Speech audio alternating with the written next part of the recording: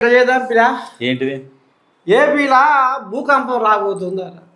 చూద్దాం, మనం కూడా పోయి బస్ వేసుకొని పోయి ఏడ చూస్తాడు పిల్ల. చిన్న చిన్న భూకంపం కాదు, రాజకీయ భూకంపం. రాజకీయ భూకంపమా? రాజకీయ భూకంపం రాబోతుందట. గాముచ్చడం ముందు చెప్పాలి కానీ భూకంపం అంటే ఆ భూమి ఎట్ట తిరుగుతుందో ఎట్టు ఊతుందో చూద్దామని నేను అనుకుంటే. అయ్యో అమ్మ, మరి ఉగాది పండుగనాడు మనం నిమ్మలంగా ఉంటాం. రాజకీయ భూకంపం అంటే ఏంటిది అది? ఉగాది పండుగనాడు ఇంత పచ్చడి చేసుకొని నిమ్మలంగా ఉందాం అనుకుంటే ఇంకా మామిడి తోటలు పోయి షెటో పాటు ఆడ ఇంత షూటింగ్ పెట్టుకొని ఇంత పచ్చడి చేసుకొని మన ప్రేక్షకుల కోసం ఒక కార్యక్రమం చేద్దాం అనుకుంటుంది. కానీ ఇలా రాజకీయ భూకంపం వస్తుంది. ఏంది అది?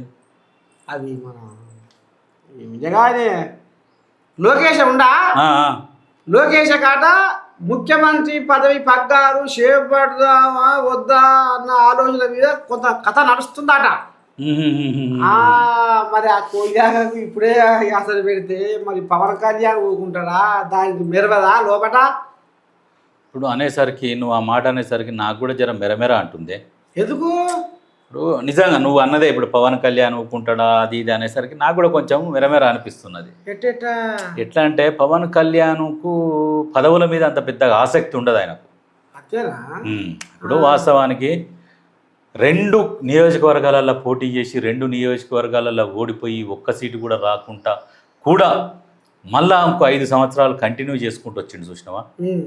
ఆ ఓపికకు మొక్కాలే.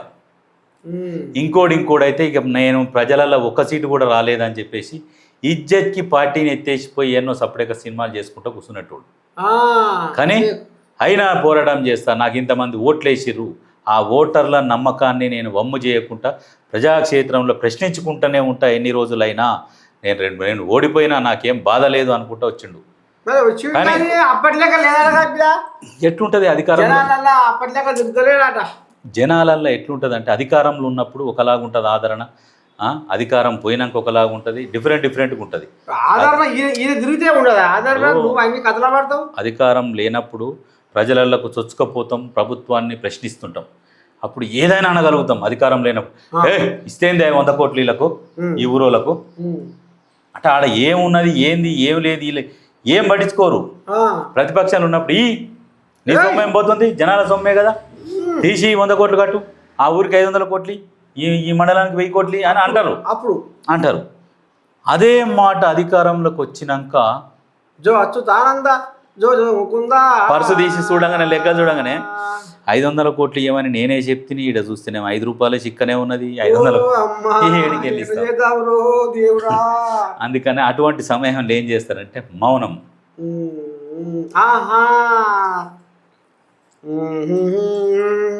చేద్దాం ఖచ్చితంగా, ఈ పని మీదనే ఉన్నాం, ఇదే ఆలోచనలో ఉన్నాం అని అంటారు.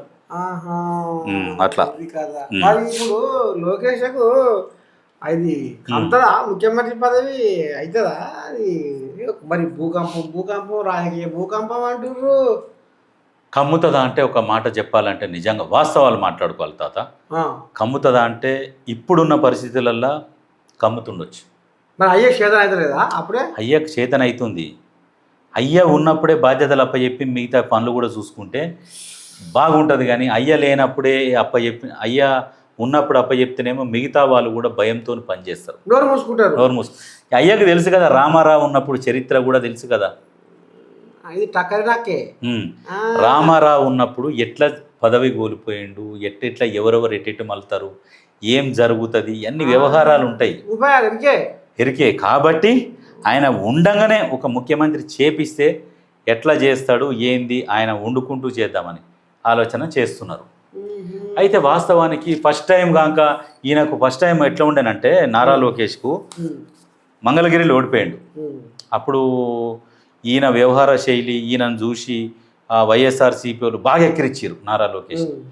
ఎట్లా అంటే పప్పు అనుడు, ఈయనకు మంగళగిరి అని పేరు వలకరాదని రోజా అనేది, ఇవన్నీ అంటే అదే మంగళగిరిలో పోటీ చేసి భారీ మెజార్టీతో గెలిచాడు. గెలిచినాక ఇప్పుడు ఆయన వ్యవహార శైలి కూడా ఎట్లా ఉందంటే ప్రతి ఒక్కరిని కలుపుకపోతున్నాడు.